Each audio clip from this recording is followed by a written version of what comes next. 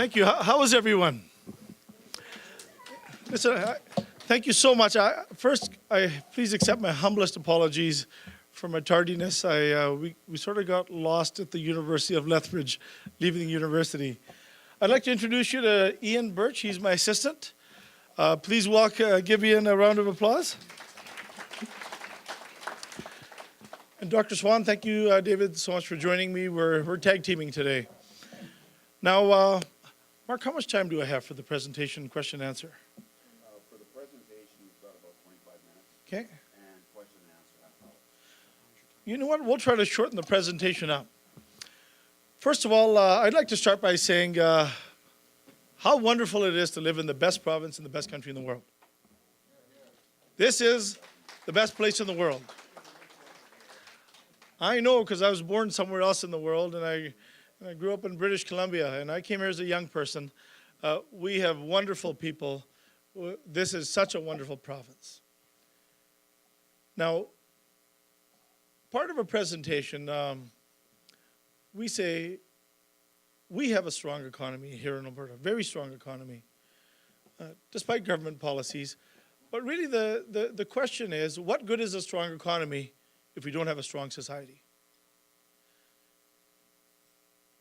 Alberta right now has the highest high school dropout rate in the country, one of the lowest post-secondary participation rates in the country. Our seniors, those who have built this wonderful province and country, I simply believe they need to be treated with more dignity and respect. That's what a moral society does. I believe you should get better access to high-quality health care. It is actually world-class once you get in, but the waits are too long. I believe with such a good economy, we should actually also balance the books and get you good public services and save money for the future. That's exactly what Premier Lougheed did years ago. He was an honest man who cared for the people, offered a vision to transform this province. And I believe it is that time for us to change our government and transform this province once again. Now, we have the second issue I'd like to talk about is Lethbridge. We don't need a task force. We don't need a study. We need to ban urban drilling right here in Lethbridge now. Who would agree with me?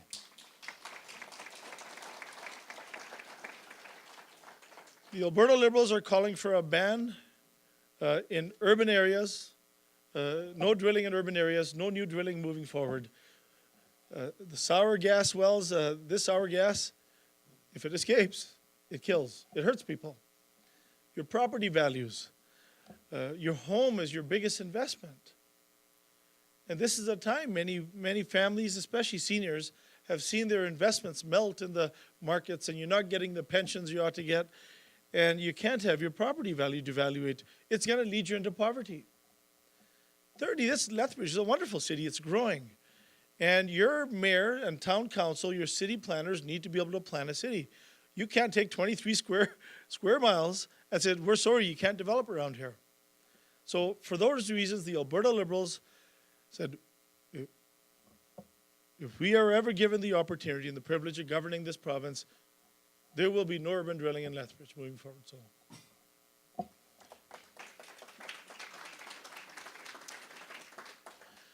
The third issue of the presentation, we have a budget right now that we're debating in the legislature, and David and I will be back in there on Monday morning. And the budget basically is one of the most fundamental duties of the government, to forecast money coming in, money being spent, how do we provide the public services we need. So we took all the budgets in the last 10 years, we've put them into a slideshow. This is to inform the citizens what's happening. So you need to be informed, and you need to talk amongst yourself to your friends and neighbors. I will do my absolute best to leave any partisan politics out in the presentation. I just want to focus on facts. So our presentation is called Where Did Our Money Go? Now, as I said, we want to focus on a strong economy and a strong society because we simply believe Albertans deserve both. Now, what's wrong with Alberta's finances? We have some people saying we have a revenue problem, some saying we have a spending problem, some who say we have mismanagement problem, some say all of the above. I'd like you to draw the conclusion after you're given the presentation. Now, having been in government and in the legislature, there's something called political election cycles. You generally find before the election, the current government will, and most governments across the country or the world, in democratic countries, will promise you the world before an election because they want to win an election. And recently, I took the liberty of going after the last budgets here. We were forecasting an $8 billion surplus in 2008, but the day after the election, there was a true collapse in the international economy. There was, in oil and gas. So decisions were made. Then we had some cautious times. And in 2012, we called it a fudget budget because we felt the government overestimated the price of oil and energy. We felt they overpromised before the last election to the citizens. The day after the election, we had the bitumen bubble issue, and suddenly we got some of the most drastic cuts in post-secondary education, in K-12, cuts to seniors programs. All the promises were broken the day after the election. Yet, the economy has been very strong. You can't blame the international economy didn't fall in 2009. Alberta economy was very good. This last budget, we call it the over-under budget. It's the cautious budget. Over in that we believe average citizens are overtaxed and overfeed and overfined, and under in that we feel that average citizens are underserviced by their government. And I'll give you the facts and evidence shortly. Will we have an election in 2015 when a new leader is elected? We may. And the question is, will this be the, hey, we're going to buy you back budget? This is part of the problem. There are unstable, unpredictable funding for core programs because there's something called political election cycles. This is a major problem with those who run our universities, our health system, our seniors programs, and our school system. These folks need stable, predictable funding, 3 to 5 year cycles. Our municipal leaders probably need 5 to 10 to 20 year cycles of predictable funding to build infrastructure. Now, the economy is great. Here are the facts. Our province is not growing older, so know that we should not be blaming the seniors because we're a younger province. Everyone's working as much as they can. Our income is the highest, and oil's high. This is as good as it gets. The economic circumstance today is what any policymaker would love to have. Here are the facts. What's happening on the society side of things? As you know, seniors drug program has been cut by 25%. We need to cover the drugs of seniors who can't afford them, not to cut the funding. If seniors don't get their drugs, you're going to end up back in hospital. I know, because I have to work again on Sunday. You need to be able to get your drugs. We need a provincial drug program. Home care and long-term care has all been privatized, for the most part, or increasingly privatized. 70% of Alberta's home care has been outsourced to 2 Ontario corporations. Not only is it when you have cost of home care plus profit, that's the price. So our price is going up and our quality is going down. So the acute care system is being used as a default for failed privatized home care and long-term care. The education cuts, the attacks on frontline workers, unconstitutional legislation, Bill 4546, contravened the Canadian Charter of Rights and Freedoms, Section 2B and 2C, freedom of speech and the bargaining rights that they have. And we've deferred most of the maintenance of the roads and the schools and the hospitals and the bridges. There's billions of dollars of deferred maintenance and infrastructure that should have been built a decade or a decade and a half ago. On top of this, we're actually going into debt. We're actually going into debt despite the fact that government services are being cut. So where did our money go? Now here's the price of oil. It goes up and down. Last year's budget, the Premier said they didn't see it coming. Everyone sees it coming. It goes up and down. That's the fact. You can't budget based on an unstable, non-renewable resource. That's not how you deliver core programs.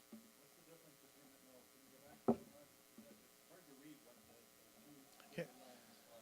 All right, the top line, okay, there are 3 prices of oil. One is the North Sea Brent price, which is top price. Then there's a West Texas Intermediate. Then there's the Western Canada Select price. That's the Alberta price of oil. So the top price is Alberta price of oil. The bottom line is the differential between Western Canada Select and West Texas Intermediate. The issue isn't what the differential, which was the bitumen bubble. The issue is, what's the price of Western Canada Select? But I would say the real issue is, we shouldn't depend on the price of a barrel of oil to educate our children and care for our sick and elderly. The government says, oh, it's the oil. We're saying no. It's the fact that you're relying on unstable, non-renewable resources to fund core programs. Premier Lougheed didn't budget this way. And the Alberta Liberals would not budget this way either. So we said, let's look at our savings. I'm on the Heritage Saving Trust Fund Committee. The primary mandate is to save non-renewable resource revenue and to grow it. That's the mission. Well, the blue line is absolute dollars. Now on the left, you'll see Premier Lougheed started the fund. Look at the rate of growth, because they put 30% away every year, right off the bat. So they had to live within their means, and they used taxation dollars to pay for core programs. That's how you had savings. Now we plugged that in. We said you have to account for inflation. Accounting for inflation is a red line. That trust fund is worth, about $7 billion today. Less than half of what it was when we put it in. Norway put away 900 million, and they started in 96. Oh, 900 billion, sorry. Billion, that's right. So after a quarter century of back-breaking work, well, for many of you, after a lifetime of back-breaking work, what do we have to show for it? Not much. So let's look at our revenues. We took the budget for the last 10 years and put everything onto a slide where revenues come from. At the top is total government revenue on an annual basis. As you can see, it sort of goes up and down a bit, and it's been on the upswing lately. On the bottom, you see the purple line. That's the non-renewable resource revenue, which is unstable. The bottom line is the Heritage Saving Trust Fund, the return. The market dipped, so it dipped. We shouldn't rely on unstable sources of revenue. All other sources of revenue are taxes, federal transfers, corporate taxes, personal income taxes, and the sin taxes. The blue line is personal income taxes. Buried in the middle is that burgundy line, which is corporate taxes. Those are all stable sources of revenue over a 10-year stream. We said, well, prior to 2001, we examined the tax structure. We had a progressive income tax, which is 44% of the federal tax bracket. So we were told that you're going to save $1.5 billion a year in taxes, going to a flat tax. And they did increase the basic personal exemption. So we plugged in the numbers, we go, my gosh, the tax rate used to be 7.48% for the low-income Albertans and 12.76% for the high-income Albertans. They cut my taxes, but they raised your taxes. Any rich folks in the room? Any comfortable folks in the room? Maybe it's just me and David, but the rest of you, your taxes actually were increased. So the flat tax was actually a tax increase for the majority of Albertans. Corporate taxes were 15.5%, they're 10%. Small business tax was 6%, it's 3%. We have a royalty holiday, a 1% royalty is all being paid, and that holiday is expiring this year. There will be a lot of royalty revenue coming in. From 2014, the prediction is it might be in excess of $5 billion, $7 billion, we don't know, after 2016 of royalty revenue. There's a lot of money coming in. Alberta is very competitive on taxes. Very competitive. And I think we should be. It's good business. So we thought we'd compare our tax structure to British Columbia's. We took BC's tax structure. They increased their basic personal exemption. Now the red line is the Alberta flat tax. The blue line is the BC progressive income tax. We go, my gosh, Albertans earning less than $125,000 a year are actually paying more income tax in Alberta than British Columbians are. Does that bother you? They actually increase their taxes. So the Alberta Liberals are going to be running on tax cuts next election. I'm going to cut your taxes. Now, David, the Alberta Liberals are not against success, and wealth. We are just against poverty. It's okay to be wealthy, but you don't become wealthy without a lot of hard work and average people working for you, without good public education, public roads, and a public health system. I should pay more tax. I want to pay more tax. And the Daryl Cateses of the world should pay more tax as well.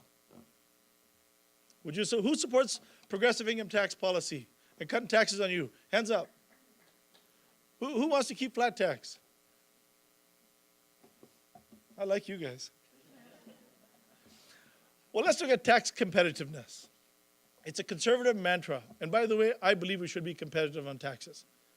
So we took the evidence from all across the country. Now, on the left is British Columbia. Per citizen, we pay about $2,800 less in tax per citizen in Alberta.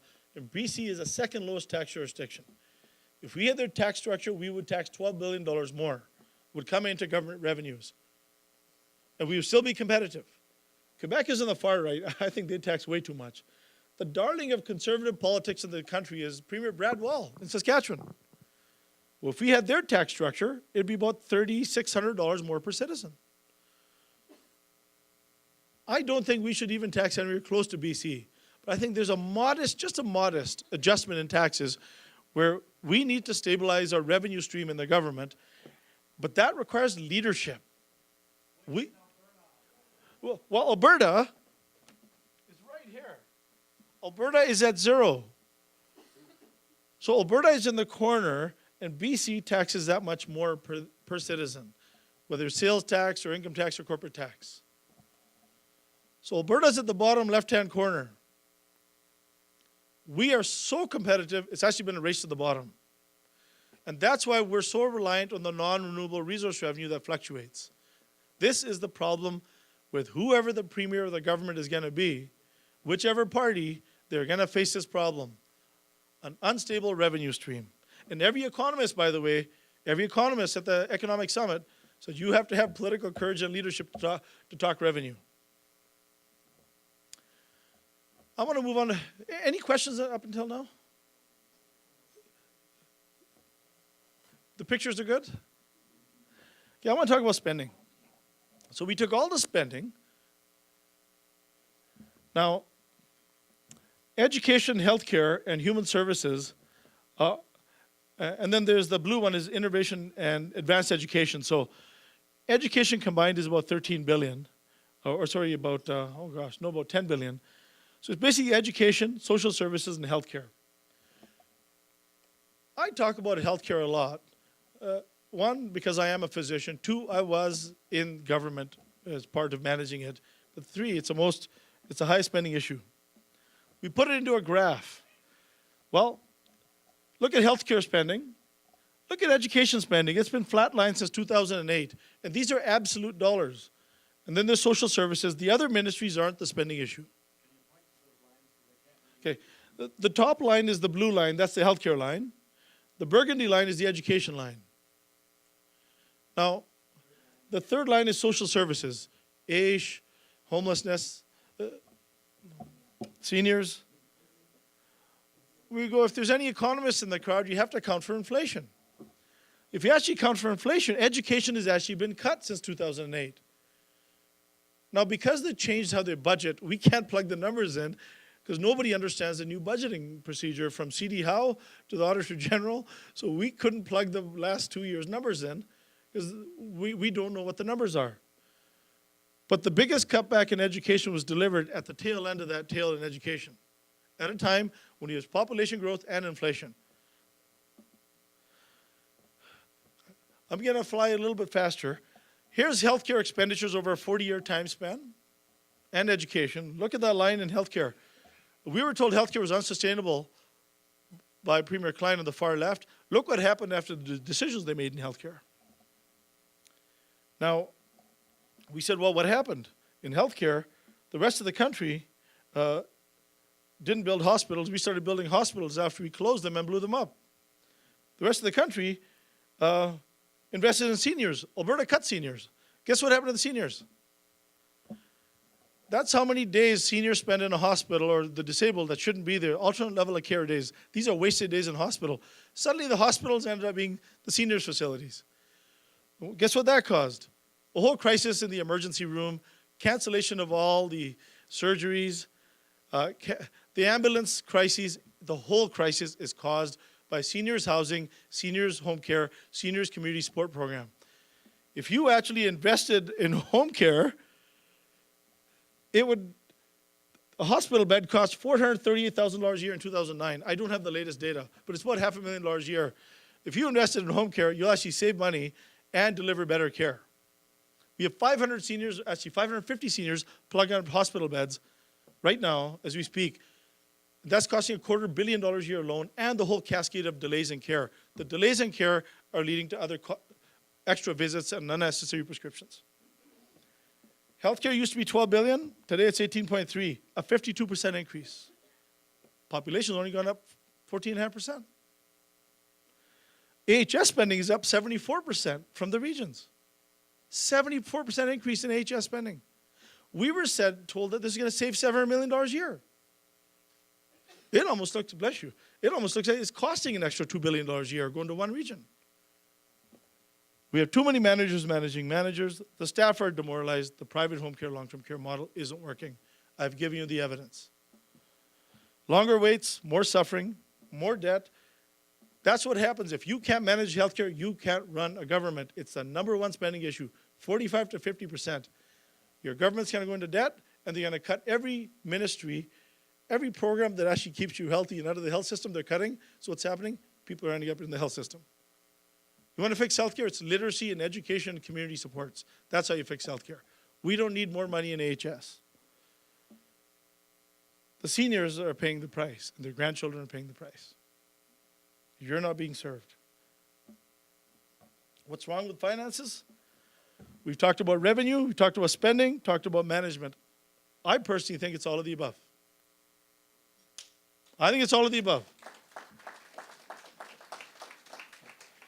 Liberal solutions, smarter government. Let's invest in the community, things that keep you healthy.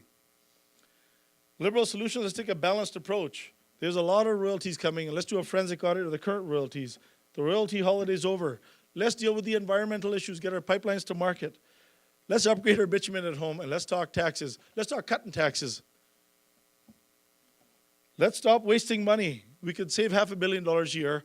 The Wilders did a good analysis of wasteful spending. We actually agree with them. Okay? We don't agree with them on everything, but we do agree in cutting wasteful spending. Better management of healthcare. I think we can save $1 billion a year and get you better healthcare. I know we can, because I was there. Liberal solutions, taxes. Yes, we would bring in the progressive income tax. It won't raise $1 billion, but when you put money in the hands of working people, they can shop, buy a better house, buy a better car, eat out, have a bit of fun. That leads to spillover effect. Small and medium-sized business, more jobs are created. They pay taxes, fuel social problems. That's how you raise an extra $1 billion from progressive income tax, by putting money in the hands of average working people. Corporate tax, we can do a little tweak and raise $1 billion. We do need a carbon tax, because President Obama and the Europeans expect us to take action on carbon so they can buy our product. We don't have dirty oil. We got oily dirt. We got oily dirt, and we have to reduce the carbon footprint. We must get off of coal and focus on renewable energy. We need a market on renewable energy right here, clean, green energy. And Lethbridge is doing it right. There's other money coming in. I won't go into the details, but there's lots of money coming in from other sources, from health transfers, from more people moving here and working. The flood is going to cost us about $1.2 billion after the federal government pays, but the royalty holidays, there's lots of revenue coming in. We are filthy rich. Your money's just been wasted. It's been mismanaged. You're overtaxed. The top 1% aren't paying their fair share of the tax. We must stop tying the education of our children and the care of our sick and elderly and the funding of our municipalities to the price of a barrel of oil. The Alberta Liberal plan is good public services. Let's balance the books. Let's save for the future. Restore trust and integrity and properly build Alberta. The real issue, my dear friends, moving forward, The real fundamental issues for a society are issues of inequality, justice, and fairness, credibility and integrity. This is the fundamental issue next election. It's about trust and integrity. There's too much inequality in this wonderful place.